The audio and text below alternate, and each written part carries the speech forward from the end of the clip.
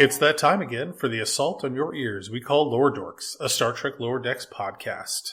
I'm Aaron, and Stavros is here too. I mean, I'm here. Yeah, he didn't cut out early like usual, so he's here for the end. Yeah. And you know what's tonight on our screens is episode 10 of season 4, Old Friends, New Planets, and in our cups is, much like this episode, a happy ending. Wait. Yeah, when you suggested this drink, I was like, is that real? And apparently it is. Indeed. It's vodka, lime juice, cranberry juice, and orange bitters. And when you suggested this drink to me, I was like, I have no idea the proportions, and I just kind of threw everything together.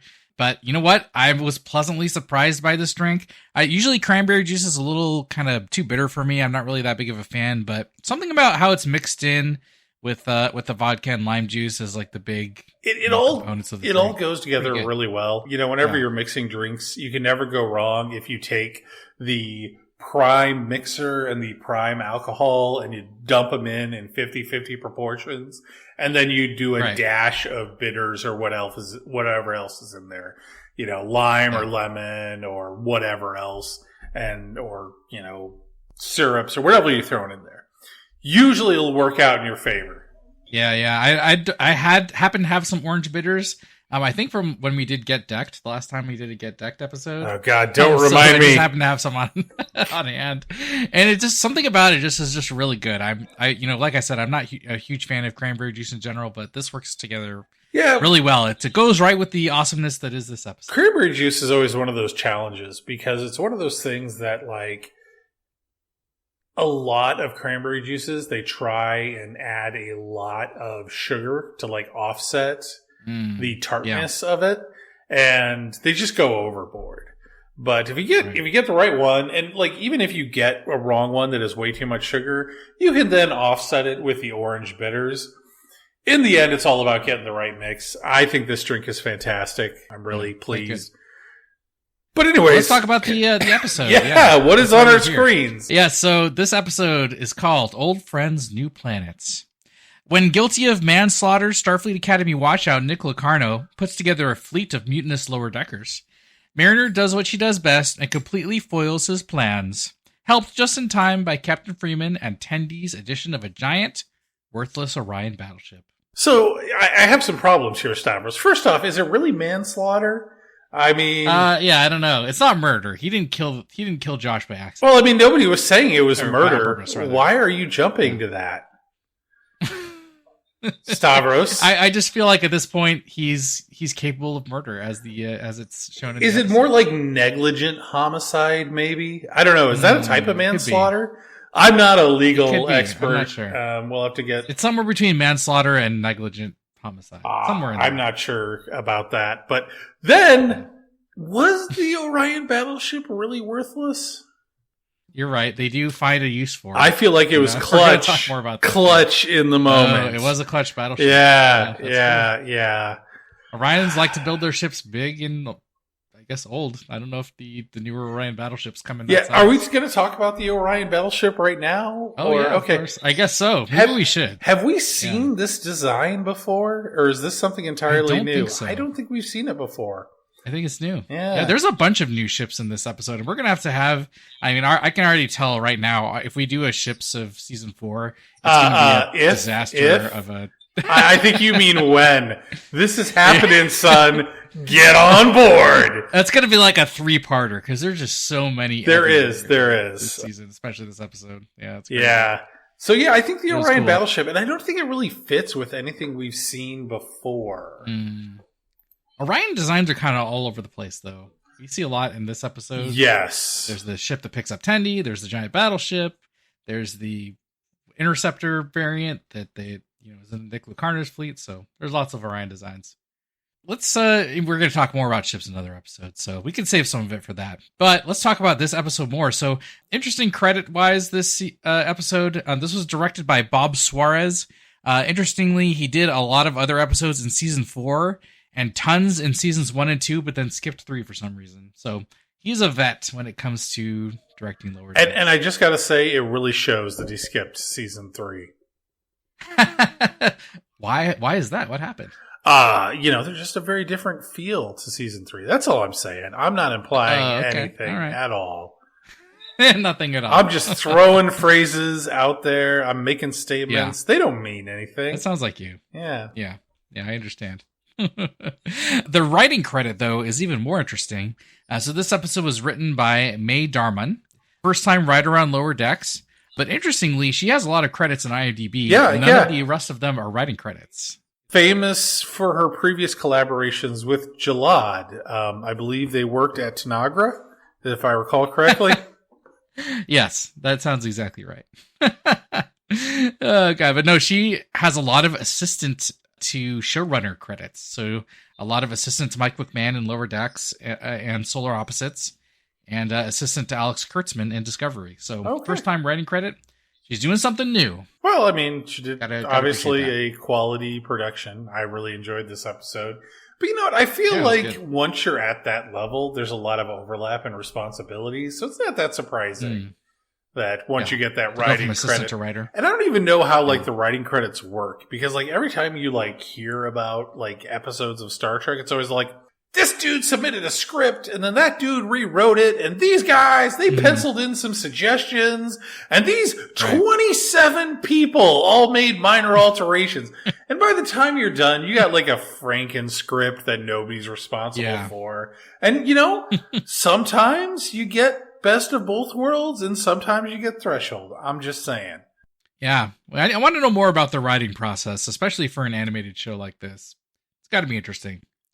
Some writing by committee for sure, I'm sure. Well, I mean, everything is writing by committee when you get to that level. I assume. I mean, I don't know. I've never written for anything. Yeah. My writing credits are all limited to the bathroom wall. Fair enough. Anyway, let's get into what happens during this episode. How'd you feel about Jerry O'Connell doing the last time on Lower Decks? You know, I don't like it. It's supposed to be the computer voice, you know?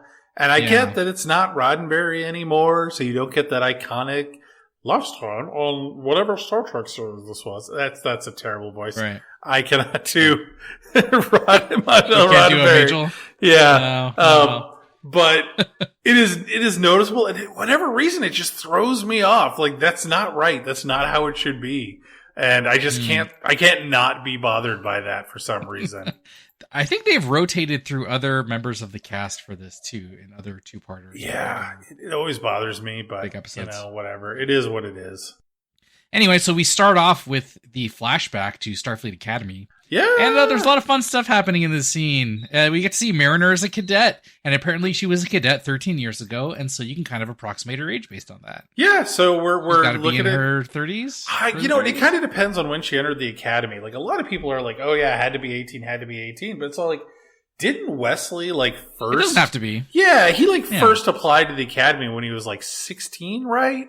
Or 15? Right. So, something like that, yeah. You know, she's 30-ish. We'll call it that, you know? Yeah, 30-ish. Somewhere between late 20s and early 30s. Yeah, and that kind of fits, you know, with, you know, everybody's all like, oh, well, Boimler said they were the same age.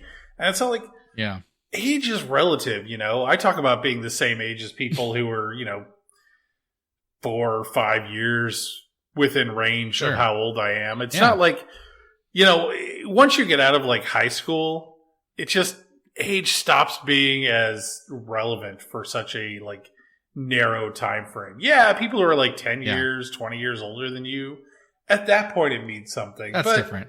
It's a different generation at 20 years. Yeah, you're 24 and I'm, you know, 19. That's not a huge difference anymore. You know. Yeah. And that's the other thing. We don't even know when Boimler started in the academy or how long he spent in the academy. Yeah. For all, you know, to be honest, over the last couple episodes, I've seen so many Reddit threads about people like, how old are these guys? I'm like, guys, I don't think it really matters that much. Does it really matter that much? That's the other thing. Like, you know, even in the world we live in now, age doesn't really mean as much the older you get. I knew people when I was, you know, in my late teens who were not responsible adults. And I knew people who were in their late teens and were completely, totally responsible, you know? It doesn't matter. It's all about personality the older you get, and it doesn't even matter to the show at this point. No, not really. Yeah. No. Although, kind of related, this is in my notes too. In this shot, there's this wide shot of a bridge that they're kind of crossing over a little stream in Starfleet Academy, and Mariner is like by far the shortest person in this group. Which, I mean, she's not exactly short compared to the crew of the Cerritos, but I mean, that could lend some credence to her being younger when she. Oh, and she is at the very least, she's a underclassman compared to them. Certainly. But you know what? I've also noticed that Lower Decks uses height as a indicator of like age and experience. Like the lower deckers are all shorter than the senior officers.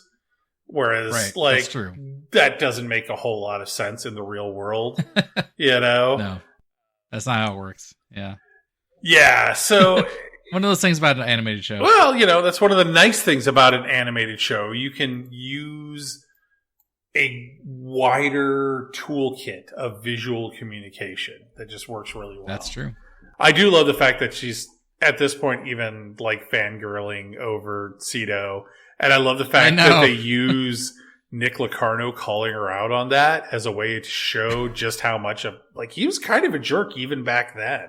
Yeah, obviously. Yeah. He's on the slippery slope to jerkness, but I do want to talk about Locarno more in a bit, but more about this scene.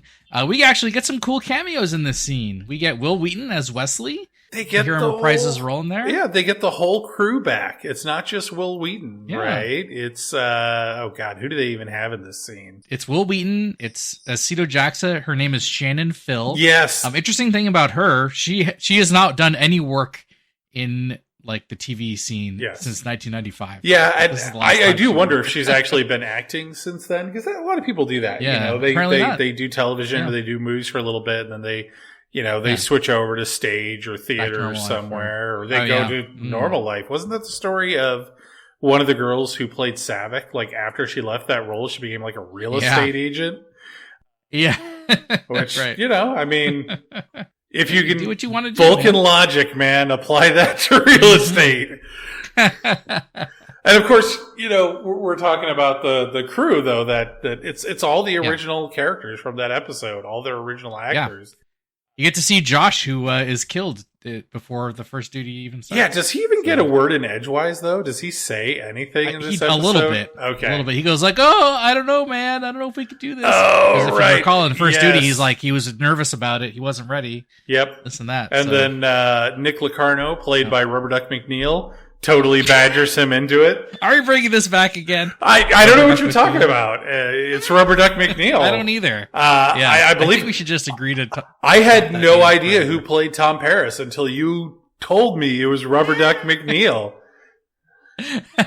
If you say his name really fast, it sounds like Rubber Duck. I mean, if you say his name really drunk, it sounds like Rubber Duck McNeil. I think that is the lesson here. Oh god! But yeah, it's all the original crew. Oh, you know who had a visual cameo was our good friend Boothby. Yes, Boothby. I totally forgot he fun. Was in the first duty. Him and Picard had a good heart-to-heart. I mainly remember him from Voyager, right? Where there's flashbacks. 4/7 too. Well, yeah, he was the shape-shifting monster aliens. But he was also in flashbacks where Chakotay, that's right there with Robert. So, he was remembering his time as a boxer at Starfleet Academy. Because apparently, no matter how much we evolve, punching each other in the face never goes out of style. That's right. Yeah. That's true entertainment right there. What else happens in this scene? Oh, we finally get... Oh, so you know what we missed in the last episode? Stupid us. Not recognizing the symbol on the ships in Locarno's jacket. God, so dumb. That is obviously the Coldwood Starburst design. Oh my god, I can't believe we missed that. But I can. Like, that is... We realize it now. That is us to a T. Like... we start drinking and then we're like, that's what does that mean? It's just pure nonsense. And then like 15 minutes later, we're like, that is a thing from episode 7. DS9 and it's in the background. It's like, this is a major plot point of the episode and we could not place it. I know. Oh, God. Well, now we know, and knowing's half the battle. So, and the other half is apparently green and blue lasers. Anyways, going on. Going on. Yeah. What's our next bit here? One more thing to mention about this flashback scene is Mariner kind of drops some names that she's learning in Xeno history. The Preservers from the original series episode, Paradise Syndrome, and Xindi. Mm-hmm. Yeah. That was fun. You know, it kind of makes sense, though, that they would learn about the Xindi. They've got to be like an anomaly on the galactic scene. That they're like, what were seriously. They, like 5 or 6 species? 5 races. Well, because wasn't there one that was like extinct too? And they all evolved on the same planet? Like that, we never see that anywhere else. Like, we at best get like 2 species. Yeah. But like 6? Nah, man, that don't happen. Yeah, that seems like a lot. So it makes sense that they would learn about that. Xeno, whatever. Totally. Xeno history, biology, one of those? One of those. Xenopharmacology. Yeah. Oh, God. I could go for some xenopharmacology right now. Who wouldn't really? I mean, that mixes with alcohol, though, right? Let's talk more about Locarno and his fleet. Just everything about Locarno. His fleet, what's he doing here? I love that they finally acknowledged the Tom Paris resemblance with the awesome joke. I loved how they talked about this. It was awesome. You know, the joke was great, but I'm just disappointed that it was a throwaway gag. Like, they only do like 2 bits on it. Like, they could have done like an entire episode about this, and it would have been. Did you want amazing. Like Tom Paris to show up too, and like he's part of the solution or something? I was so hoping. You just wanted more Tom Paris. That was the dream, you know, more Rubber Duck McNeil. Like, I want Rubber Duck McNeil talking to Rubber Duck McNeil. I thought it was so good. They're like, look, it looks exactly like him. I just thought it was. And Boimler's all like, no, I don't see it. Like, I don't see it. Yeah. I feel like if they did any more than that, it would have just derailed the plot. You know? Yeah, I mean, that is true. They do have a limited amount of time. I do like the fact that they lampshaded it rather than just ignoring it or even like trying to explain it. Because like that happens in real life. People sometimes look alike. I mean, so why not in Star Trek? Bound to happen. Yeah. Statistically probable. Yeah, there you go. You know, I was thinking about, I was, you know, while the Mariner and Locarno were talking, you know, Locarno says, this is my, you know, Nova fleet. And, you know, it just is such in line. Just Locarno's character is just so sad, man. Like, what can I say about him? Like, he's stuck. He has this ego that you can see in the Starfleet Academy flashback scene. And he's still got it, even though he killed someone, basically, with it. Well, to be fair, lots of people have killed people with their ego, and it doesn't stop them from accomplishing great things. I mean, think about how many people you've killed with your ego, Stavros. And yet here you are doing a podcast. That's an achievement for a man with bodies in his basement. Thanks. I appreciate that. Yeah, I need to get a bigger freezer, but we can talk about that another time. But you know, back to him, like it's so tragic, and I want to call it tragic, but he's an asshole, so I don't really. Yeah, and that's it. That's it. It's not tragic, right? It's one of those things where they want to make him a villain, and they do a good job of having him never learn a lesson. Because that's like the difference between like heroes, right, and villains is. Heroes, like, make mistakes and learn their lesson, but villains, they make the same mistakes over and over again and always blame others, always think they've done nothing wrong, right? Totally. That's actually a flaw that television has a lot, too, where they will have a main character and they'll get stuck in this rut, right, of having the main character never growing. They just keep making the same mistakes over and over again. Because that's the dynamic of their show. And after a while, you're like, this character isn't a good character. They're like a straight up villain, you know? Right. And yeah. But they do a really good job juxtaposing that to Mariner, who has learned many lessons throughout this series. Yes. The most important lesson was the one she learned just last episode from Ma'a. About, you know, what Cito Jackson would have wanted. Yeah. So thank God that happened last episode, or else it would have been a little awkward. Indeed. This episode. Honoring the dead. But the fact that he calls the fleet Nova Fleet, you know, after his Starfleet Academy squadron is called Nova Squadron. Just sad, man. I love the fact, though, that he blames the death of the one pilot on their instructors who wouldn't let them practice. Yeah. That is such a fantastic like storytelling element. Really well done. Completely. God, this whole episode is well done. Yeah, it's great. What a great villain. Like, surprising, you know, that to come out like this. But yeah, the fact that he tries to kind of disguise his a-holeness with being a hero for the lower deckers. Yeah, he's fighting for the underdogs, the people who were disrespected by the system. Just like he was, because he can't see that the system actually treated him fairly, and he effed up badly and never took responsibility. Like, did the end of that episode, like, everybody involved basically got off with a slap on the wrist, and he was the only one who got kicked out because he tried to cover it up, and that's the other thing. They, like, take that extra step, right? In the first one, you can almost see that, oh, yeah, he's a dude who got in over his head and made bad decisions in the first duty. You can almost see that. But this one, they, like, add scenes and they add narrative to make it clear that from the get-go, he was the asshole. He was the bad guy. Really well done. Yeah, you got to think that these personality traits of his, have existed since, at least he was a young adult.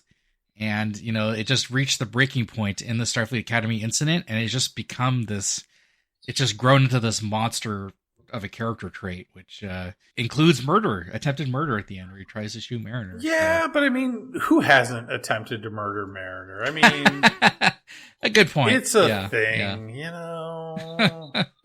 Indeed. Let's talk about the ships in his fleet. So we do we have time for this? There's so much. Yeah, I think we're just gonna have to say there are a lot.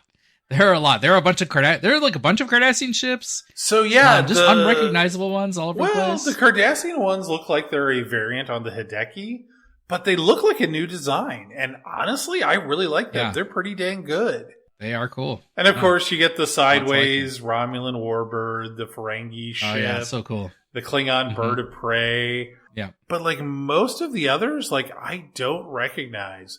Yeah. One really reminds me of like the Huznok. Is it the Huznok? The Huznok? The Webnok? Yeah. Mm-hmm. It reminds me of that warship, but it's like a variant on it. It's not like 100% accurate. The engine looks different. It has a like pod below the front of the ship. Doesn't have the weapons or the hangars that the other variants that we've seen throughout the series have. Yeah. It has the basic shape. So I'm probably wrong about this. It's probably something else, and somebody's going to tell me how wrong I am as soon as we post this. But like, there's tons of other ships too, and I just don't recognize any of them. They're really cool. I'm wondering, like once we actually have a Ships of Season 4 episode, maybe we might need a whole separate entry just for this episode. Just dissect all these things. You know what we don't see in the fleet? The Binar ship. Where's the Binar ship? Didn't it? I thought I saw it in there. Is it not in there? There is a number of ships, but none of them are exactly the Binar ship that was taken, right? Interesting. Like, even the Orion ship you see, it's like docked in his starbase and later chases after Mariner. But, the Binar ship, nowhere to be seen. Even when they make their escape, they beamed the Romulan ship. It's weird. Yeah, they just didn't want to throw it in there again for some reason. I don't know.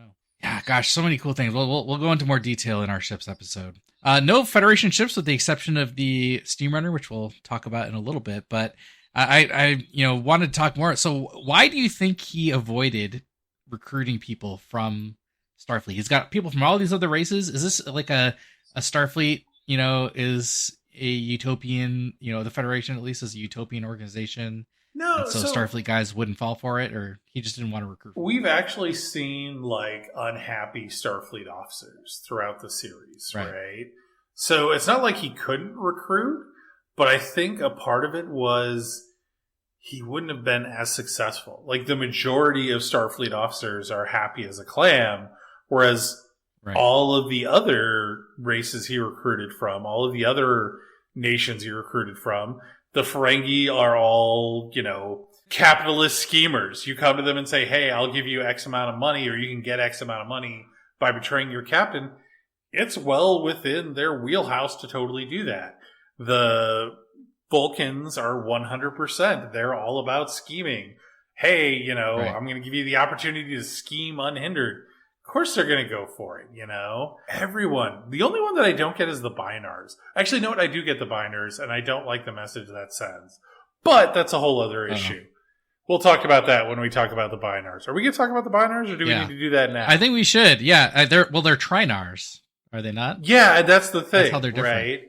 And we saw that in the episode where their ship gets taken. There's 3 of them together, and then they walk onto the bridge, and one goes and pairs up, right? He separates from his others. Right. And I really don't like the message that sends, because they are not the social normative arrangement in their society. Binars are all about pairs, and they are a triplet, and it's clear that that wasn't accepted. And it's the villain of the story. And that's a decent story, is, you know, a villain preying upon these social problems. But there's also the implication that the Binars are Federation members, and they have strong enough social norms that you have these Trinars who felt like they could not escape that norm within the Federation. I don't know. I don't like that message. Something weird is, I mean, that is the only Federation race that we see, I think, right? Yeah. They're all non-Federation otherwise. So something is anomalous about them. I don't know if it's because they're Trinars or what. And the thing is, I think it was just one of those things that was done to be silly and fun.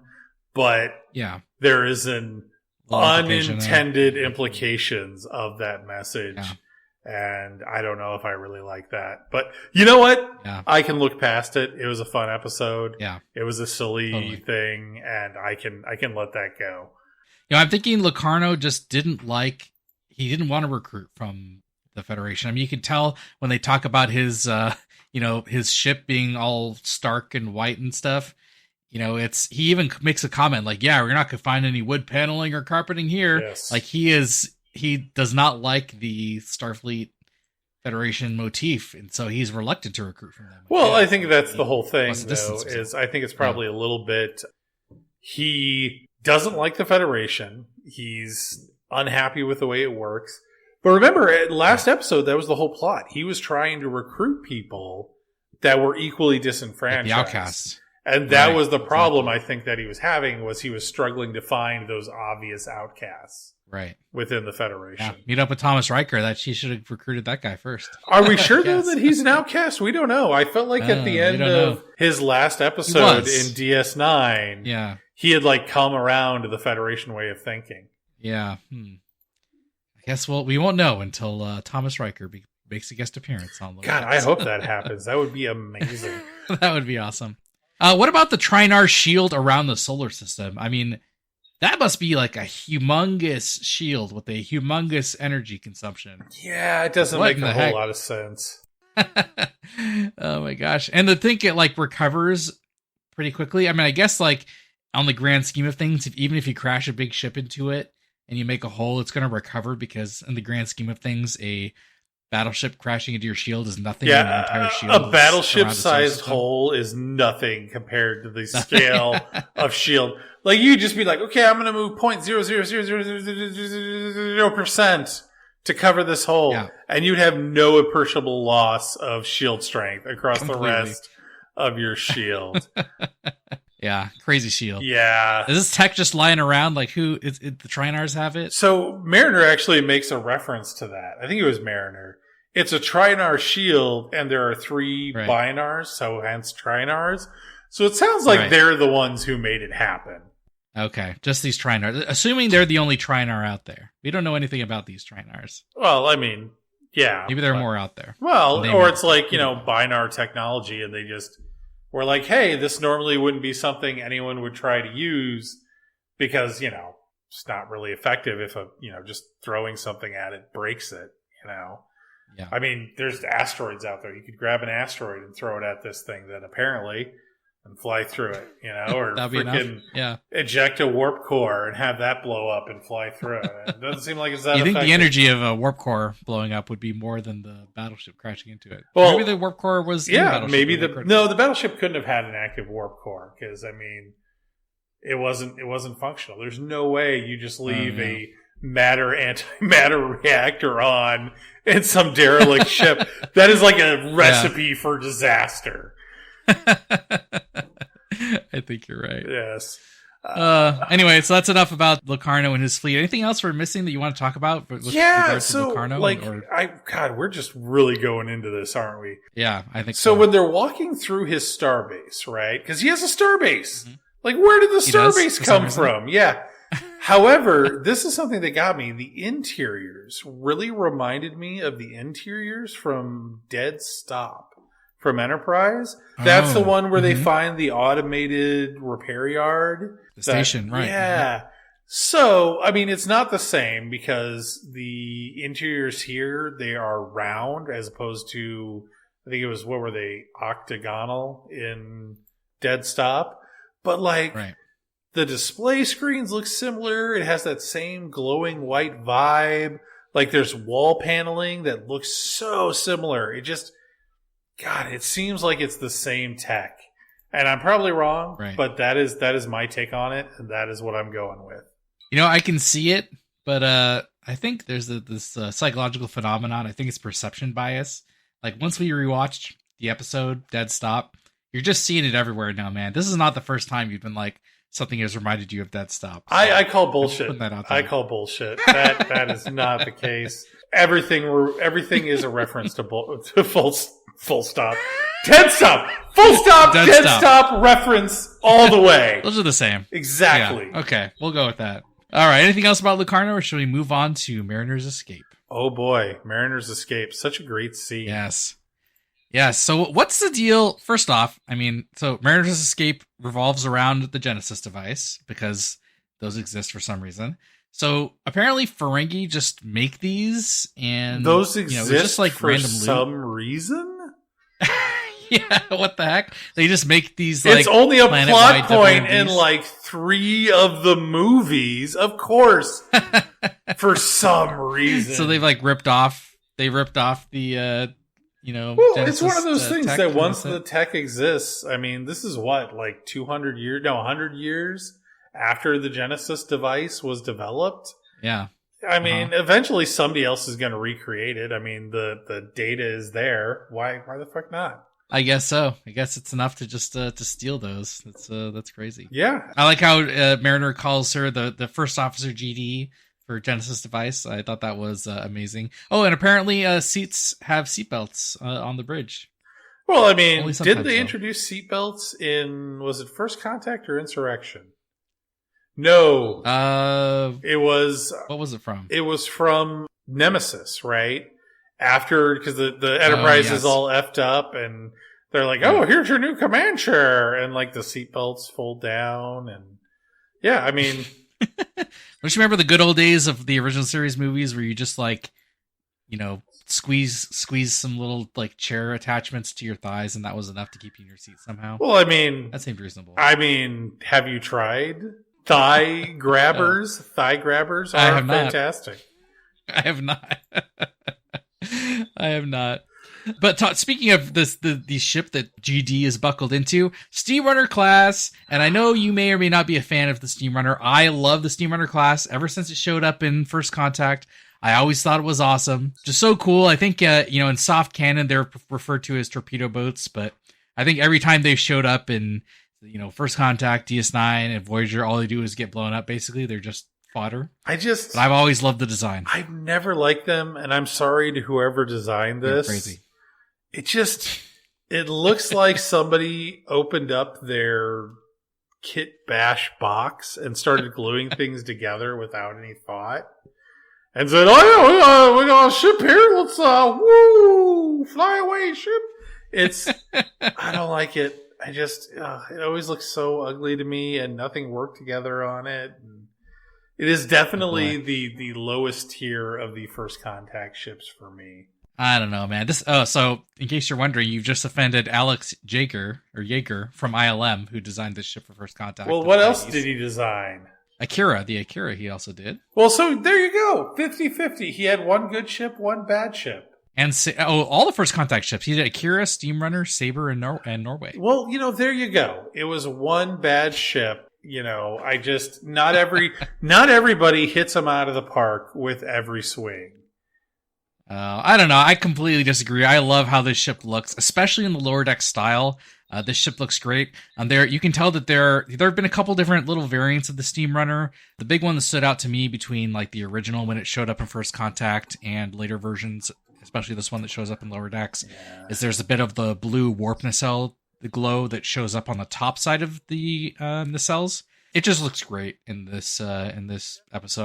I could not get enough. It definitely looks better in this episode, but yeah, I can't get behind it, man. I don't like the ship. They did an upgraded version of it for Star Trek Online, and that one actually looked pretty good. But this thing, no, the Steamrunner is just ugly. I don't like it.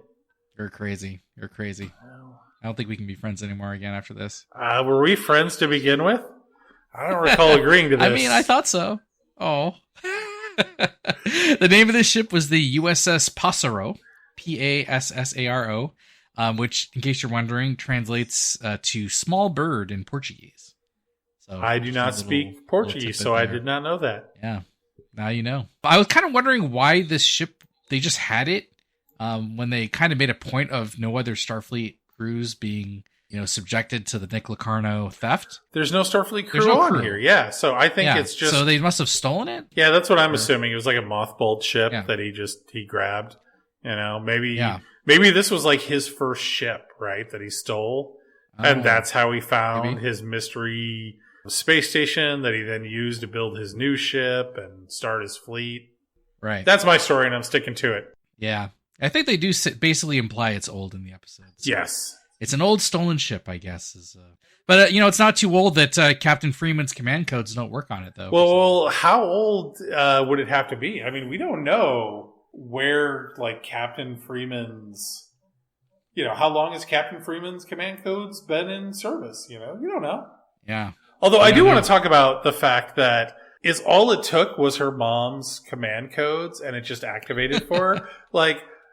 That seems super unsafe. Like you would think that they would have like some level of multi-factor authentication, like some sort of like biometrics or like secondary questions. They do have biometrics. They have the voice prints. But it's Mariner. It's not her mom. Their voices are not the same. I know they're not the same. I'm saying they have the tech. They just chose not to implement it apparently. And I mean, it seems like just such a huge like risk. I mean, like starships are super deadly. Like, didn't they say that like the Enterprise could destroy a planet multiple times over with its guns? I think so. Like, Jesus. Yeah, torpedoes, yeah. And is all it takes to get control of that is be all like, hey man, here is a password of some officer I know. Because let's be honest, we all know that Miglimo's password is password. I mean... Absolutely. 100%. Completely. A little questionable, but it gets the plot going, so I guess I can't complain about it too much. So it's fine. Let it flow. Yeah, exactly. When she runs into I don't know if it's like a planetary ring or an asteroid field or something, but I got serious Empire Strikes Back asteroid chase vibes. So it's funny you say that. You're talking about the ice crystal chase, right? Yes. That actually reminded me of this animated series called Titan AE. Or not series, there's a movie. Yes. Because there is an ice crystal field chase scene in that. And it ironically ends with the creation of a planet from a machine. I do not remember that. It's been a while. Highly recommend it. It has some really cringy moments, but overall it's a pretty decent animated movie. I'd recommend it. Safe for children, so... but I think it's clear that this chase scene was inspired by some other media, whether it's... Empire Strikes Back. I think it's more just like this is a sci-fi trope, right? The chase through the field. Okay. Because I feel like I've seen this multiple times before. I have this distinct memory of watching a scene where somebody's flying through like an ice field and you see reflections of their ship on all of the ice crystals. Right. But I couldn't tell you where it's from. No idea. But the big reference in this Mariner Escape Genesis Device situation is the Ion Storm battle where Locarno chases Mariner ship in there. Yeah. Which, of course, is the huge Full on Wrath of Khan. I did not see them going this route. This was all supposed to be Voyage Home season, right? I know. But no, what happened. they went. But it's crazy. They duplicate like entire shots, and the damage to the Passero at the end was, exactly like the damage to the Reliant. So insane the amount of. It was definitely an unexpected level of reference that I thought worked really, really great. Yeah, and it's really they did it as like callbacks, but not their usual like comedy or visual gag callbacks. It was like played straight. Right. So it's just very unexpected. Yeah. Very unexpected. I love that the Genesis device detonation, the computer on the device calls it, and I think it's the computer on the device, calls it an explosive terraformation. Yes. That was coming. I thought that was pretty great. Because it's they've outright just saying it's a weapon. They call it explosive. Yeah. So, well, that was the big thing, it was a weapon of mass destruction in Wrath of Khan and Search for Spock. It was a big deal. That's right. And apparently, with talking with Admiral Vassery at the end there, that they're going to use this planet for refugees. But apparently, I guess they've solved the problem about Genesis planets not being stable, because that's what happens in Star Trek 3. Yeah, it eventually breaks down. Yeah, in the Search for Spock. So I guess they've fixed that problem. Well, yeah, it's been 100, 150 years. So the real question is Locarno going to come back, a la Spock coming back from the Search for Spock? That would be awesome. I'm totally behind that. I doubt it though, because Spock didn't blow up in the explosion. Like his body That's true. was launched onto the planet. Yeah. So don't think he'll be making a combak. Despite I'd love my to wishes. see it. Yeah, I don't think it's going to happen. He got reorganized. Yeah, we all want more of Rubber Duck McNeil. I could see him being a Strange Energies type situation. Strange Energies. All right. But then that's the end of the Mariner Locarno plot, and I love that Locarno's fleet falls apart because you can't be an a-hole and lead those kinds of people. He sold them a false premise about everyone being equals, and that's not even what he wanted. Yeah. And I love how it just blows up in his face, as we hypothesized last episode too. Yeah, he wanted to be in charge, and everything fell apart because they didn't want to be led. And you have to use a different type of leadership when you're building that type of group. Right. And Locarno is just not competent enough to make that happen. Yeah. So, F that guy is where I'm going with that. Anything else you want to mention about the whole escape or anything Locarno related before we talk about the parallel plot? Are we going to talk about Locarno's announcement to the galaxy at large? Oh, yeah, we should. Yeah, what about it? I love the fact that when he's doing his whole lower deckers who are disgruntled speech, they show, lower deckers, and the Temerian lower deckers have a towel guy. Fucking dying, man. I know, it's the Fedorov equivalent. Yeah, I love the fact that you remember his name, and I'm always like, towel guy. Yeah, towel guy. That's for such a long time. It was towel guy, and they dropped his name, and now I can't unforget it. Oh, speaking of that hail, so can anyone just hail the whole quadrant if that's what they want to do? Or is it some kind of trinary, trinar tech? So, we've seen this happen before, right? It happened in Strange New Worlds. People just hail everybody. Yeah, somehow. And make them sing and dance. That's right. But, I'm assuming there was some sort of setup for that. Like, that was always his plan. So he probably, accessed the Starfleet relays and installed. Yeah, he's got to have his villainous speech spread throughout the system. And when the time was right, he announced to the whole galaxy, "I am here, and I am a douchebag." I love how when they're showing that scene, and they're showing everywhere on the all the lower deckers seeing it. We get a shot of Gudji, and apparently he's not relegated to the targeting system on the grappler. He's just roaming around the ship somehow. I wonder what's going on there. Does he have his own holo projector? But you never know. They've got the Doctor's mobile emitter, so why can't they recreate that tech? You're just gonna give him some tech right there. That could be it. I personally wouldn't trust Gudji any further than I could, holo project him, but that's just me. Yeah, do we want to talk though about all the other lower deckers? Because we got the archaeologist lower deckers. Although they weren't really lower deckers, they were just archaeologists. And then we got the crew, the Andorian crew. We got the There's the merps show up at the end. Do the merps show up? I remember there's like just some they're all in the same shot. Human-like people.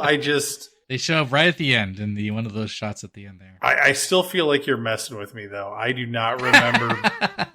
all the merps show up right at the end in the when they go into the lounge to hang out. How the hell did I miss so much of this?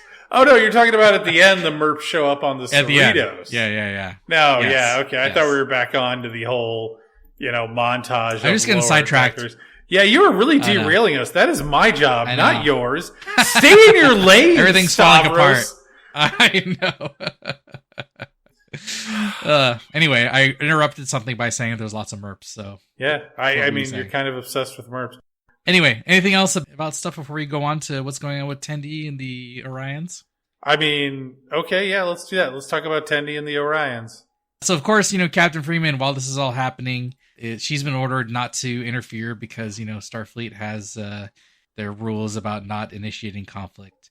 And, Vassery gets involved. I'm a little sad that Vassery continues to not mispronounce things. I'm a little bit sad about that. I wish they would bring that joke back because it's affected, as we've said before in the show, it's affected all of my Star Trek. Once you hear it, you can never unhear it. It's always there. That's true. I love the fact that Freeman gives the first contact speech. I'm about to disobey orders. Has anybody got a problem with that? One of the details I loved about that is on the Boimler bridge console, he's got this map of all the different teams on the Cerritos apparently, and they all light up green to indicate the crew's agreement with Captain Freeman. It's weird because you've never really seen a detail like that, but it was kind of neat too. I guess every department head just has a button. Do you agree with the captain? Press yes to. Oh yes, the captain. This is the Starfleet insubordination software. Okay, folks, it's time for another insubordination vote. Are we going rogue and disobeying orders? Do you want to tell the Admiralty to F off? Press this button now. I do think, though, that was a missed opportunity where, they should have had at least one person accidentally vote no. And then that just be blinks to yes later. Keeps trying to, change it. It would have even been, if he wasn't able to change it back, if, it had been a running gag for all of next season, where he's the one guy who voted no. Missed opportunity. Missed opportunity. For sure. So then, of course, Tendi, has an idea to get help from her sister, and that results in the barter by combat. Hilarious scene. I kind of was getting original series vibes from it, the random gladiatorial combat shenanigans. I love that this was supposed to be Miglemo's redemption moment. And he totally fails. It was definitely not that. Yes. Yeah. Fantastic. One job, Miglemo. Come on. Yeah. I love his line, though. Accept my flappy fisticuffs, you foul fiend. That's assault by alliteration there. Such a fantastic wordplay going on there. Cannot help but love it. Miglemo, though, continues to show that he may or may not be competent. Why was he even there? Why is he on an away mission? Stay on the ship, Miglemo. Come on. Well, I mean, they were going to talk to, strange aliens, so he's a psychologist. Maybe he was there to psychoanalyze. He knows them. a thing or two? Yeah, maybe that was the logic. It could be. Yeah, I love the fact that they beamed down with a massive crew to negotiate. What was the logic there? I don't know. They need that shot with where they're picking the gladiator, and then we got Ransom and Shax literally foaming at the mouth to start the fight. Miglemo. Genuinely thought they were going to go with Rutherford, right? Oh, yeah. Because of his implants. And it did not turn out that way. Yeah. Though I do want to comment, as long as we're talking about fisticuffs here, can we comment on what happens when Tendi's sister is all the Cerritos is just a second-rate support ship or whatever? Yeah. And Billups gets all outraged and he's getting ready to fight. I'm wondering if that's supposed to be a callback to the original series where Scotty, the Klingons come up and are just insulting everything about Starfleet and their captain and all this stuff. And it's only when they call the Enterprise a garbage scow. Or no, they don't even call it a garbage scow. They call it garbage, right? They call it a garbage ship. All the way is garbage. And that's the moment where he starts the fight. And I'm just wondering if this is supposed to be a callback to that. If not, I'll take it. It's close enough to it could possibly be called that. And, you got to respect Billups for wanting to defend his ship. But perhaps he's not the best negotiator. Just put it that way. To be fair, I don't think anybody in this group is a good negotiator. This did not go well at all. No, not at all. I love how Billups has a couple funny moments here. Remember when he gets so excited that he might see a mind meld between Rutherford and Livik to like merge their points of view. Yes. And he is like so disappointed by the lack of mind meld. So hey man, everybody's got his kink. Don't kink shame. Yeah. He wants to see mind melds. That's his kink, I guess. Yeah. I do love the way they resolve the conflict. Oh yeah, of course.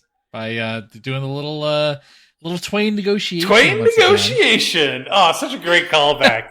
So unexpected too. But here's the best part. I know. It's T'Lyn that suggests it, right? She wasn't there for the Twain negotiation bit. That's right. She was on Orion. So she must have like heard about it and thought it was a great idea. Did you catch the line where Rutherford's like, I say we're happier than a milkman's horse? Yeah. What the fuck was that? What is that? Someone had fun with that. Hey, Darman, great job with that random line. I'm always impressed with their abilities to like maintain such ridiculous voices. Like, I can't. It's amazing. You know, when they find the Orion battleship and, you know, someone goes, look at the size of that thing. I that's like Star Wars adjacent too. I feel like this is the second possible Star Wars reference. I don't know. I don't think so. I think it's just a coincidence. Yeah, just a coincidence. I mean, it's such an innocuous phrase. Come on, man. No one says that. Everyone. I think you are turning into a Star Wars fan over a Star Trek fan, and I feel like I'm losing you. I'm losing you, man. I know. We used to be simpatico in our love for Star Trek, and now the only thing that comes out of your mouth is how great Star Wars is. What happened? Yeah, I just I don't kink shame, man. I'm just really into lightsabers right now. Well, you know, I mean, fine. If that's what you're into, dude. I love how they don't actually end up, quote, borrowing the battleship, because I think that was the agreement, is they were going to borrow the ship. Yeah. I don't think that ship's coming back. But that whole agreement was kind of sketchy from the get-go. Yeah. Very Orion thing to do, just completely destroy. You know, there's an intent of an agreement, and if you do not hold up your end of that intent, it's not a valid agreement. Yeah. But, you know, they end up crashing that, and of course, guess who gets his first shot at the captain's chair? So can we talk about Boimler being the acting captain? Are you telling me... Why did that happen? Yeah, there was nobody else on the ship who was more senior, more qualified. There's literally... They put everyone on the captain's deck. There is literally a guy on the bridge who is command division and a higher rank than Boimler. Why was he not acting... In the shot! Why was he not acting captain? No goddamn You know what? He's they need to get him... You know, Ransom is... Boimler's kind of his protege, and, you know, Ransom put him in charge. So I think he deserved it. Anyway, I loved the Captain Boimler thing here. I think we're really seeing more signs that the lower deckers are no longer that. They're moving up in the world. Yeah, they better cancel the show then. That's a good point, Stavros. You can't have lower decks with no lower deckers. That's how it works. So what are we going to call the follow-up series? Middle deckers? Mid-deckers? Double deckers? Double deckers. That'd be like double the lower deckers, wouldn't it? I don't know. It sounds like a Star Trek porno, and I don't want to watch it. You should definitely not Google that. Just putting that out there. What, Star Trek porno? Yeah, don't Google that. Google keeps all of your search history. Get a VPN, then Google it. Anyways. Okay. I like you have a strategy behind that. That's good to know. I do want to comment on one more thing about this scene with the Orion battleship, warship, whatever they call it.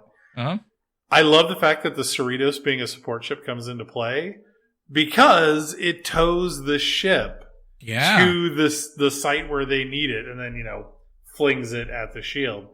Such a great use of a visual statement about the mission and the history of the ship, you know. I mean, I thought it was really good. Designed for this thing. They probably had no intention. I'm just reading too much into it, but I think it's canonically appropriate. Yeah, I'll take it wherever I can get it. You know what it reminded me of is the episode a couple seasons ago where the Drukmani are throwing pieces of the ship at the Cerritos. See, it reminded me more of Moist Vessel, where they're dragging the alien terraforming vessel. Yeah, that too. Yeah. Yeah, I can see that. Yeah. We actually missed one thing here. Oh, yeah. So the Steamrunner computer voice. Can we talk about this for a minute? Okay. Why does it sound super sarcastic? Did you notice this? I did not notice that, no. God, it is incredibly sarcastic in like all of its responses to Mariner. But also, like, so obviously it's not Roddenberry. It's not her voice, which I think is kind of disappointing because, like, oh, fun fact. I want to say, is it Siri that, like, when they originally recorded voice, because the way they do those, like, assembled voices, well, back in the day, now it's all AIs and shit. Right. You would take word fragments and then it would assemble them into actual words. But the original voice actor they did, and I can't remember whether it was, you know, what is it, Siri's Apple, right? Right. Mm-hmm. Whatever the Google one was. It's one of those. They actually bought the rights to Majel Roddenberry's voice. That was supposed to be the voice that they used. But they backed out at the last minute. So clearly those, you know, voice bits exist to where they could have totally done the computer voice. And they didn't. They chose not to. Yeah. The weird thing is, though, I think the computer voice on the Steamrunner is the same person who does the voice of the computer in Rick's, like, car/spaceship from Rick and Morty.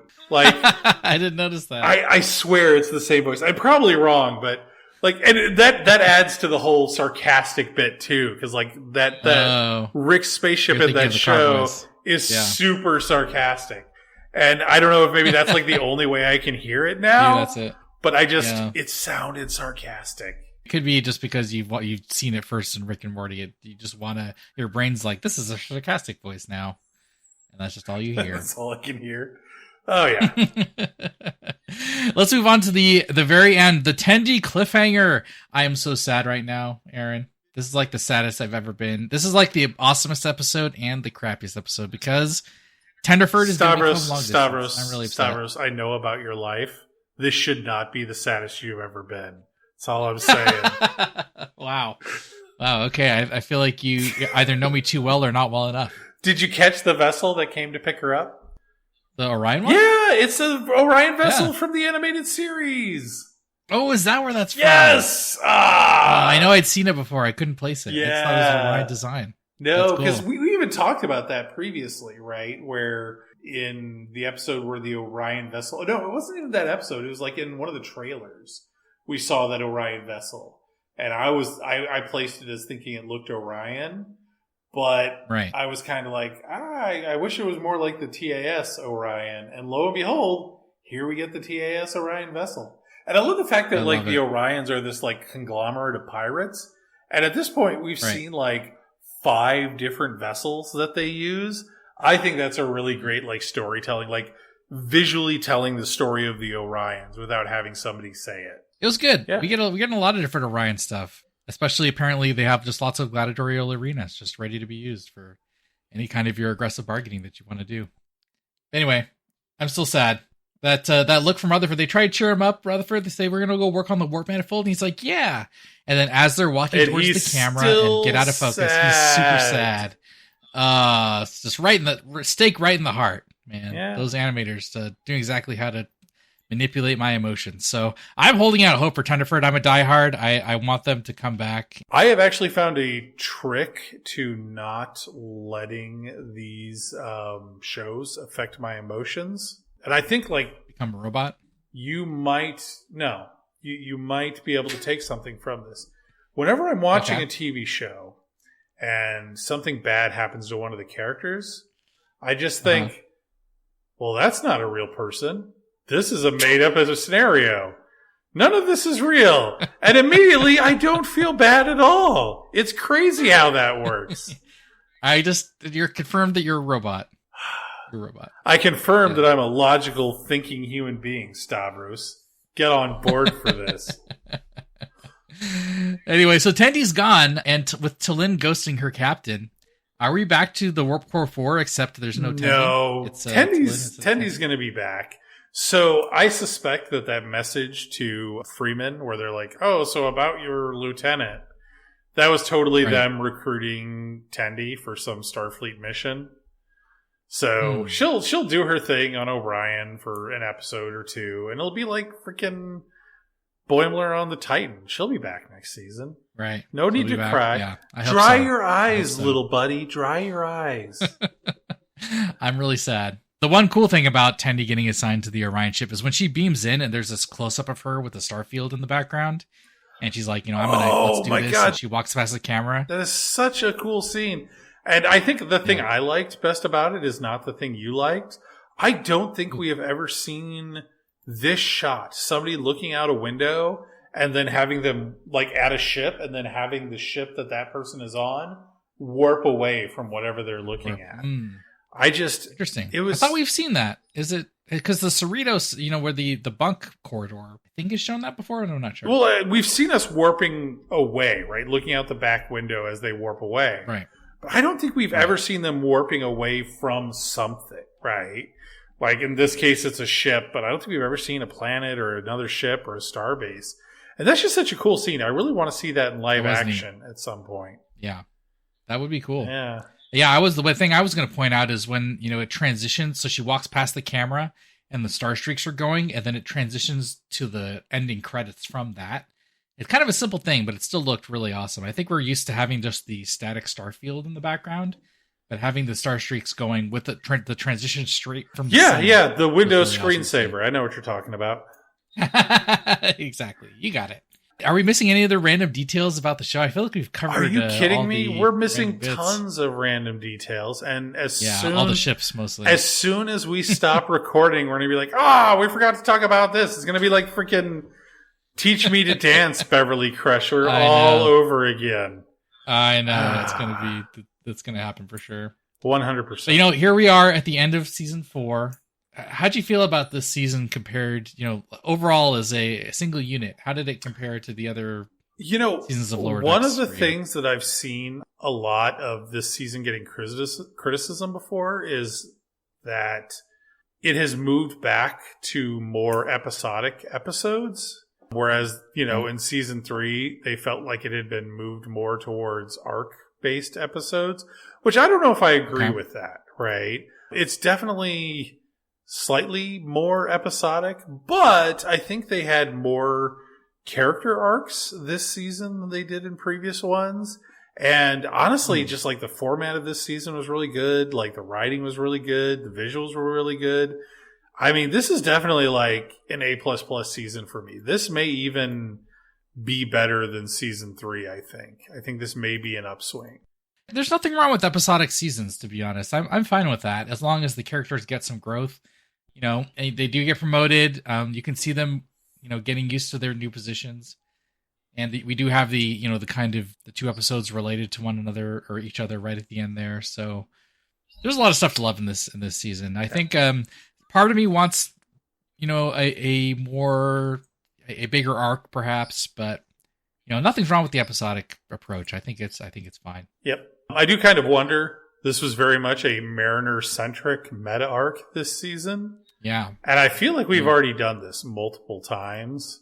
Yeah, I think that's one of the problems with, having it's an animated sitcom, but, people like you and me want to see character development. And I was kind of worried for a while that they were just going to keep, Boimler is going to keep being the butt of jokes and, Mariner is going to keep being a wild card, but we are seeing signs of them advancing. Yeah, which raises the big question. How are they going to hit the reset button for next season? Yeah. Great question. I don't know. Like I said, there's part of they're kind of evolving out of the lower decker bit. Well, so like I said, I have a sneaking suspicion that this series is an origin story for Captain Ransom and his senior officers.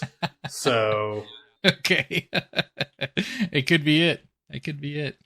I think we're going to have a lot more to talk about as far as the overall season impressions on our retrospective episode, which we're going to be doing soon. Well, relatively soon. At some point. Soonish? I don't recall signing up for this. Yeah. I think you're getting me committed to things that I'm not really prepared for.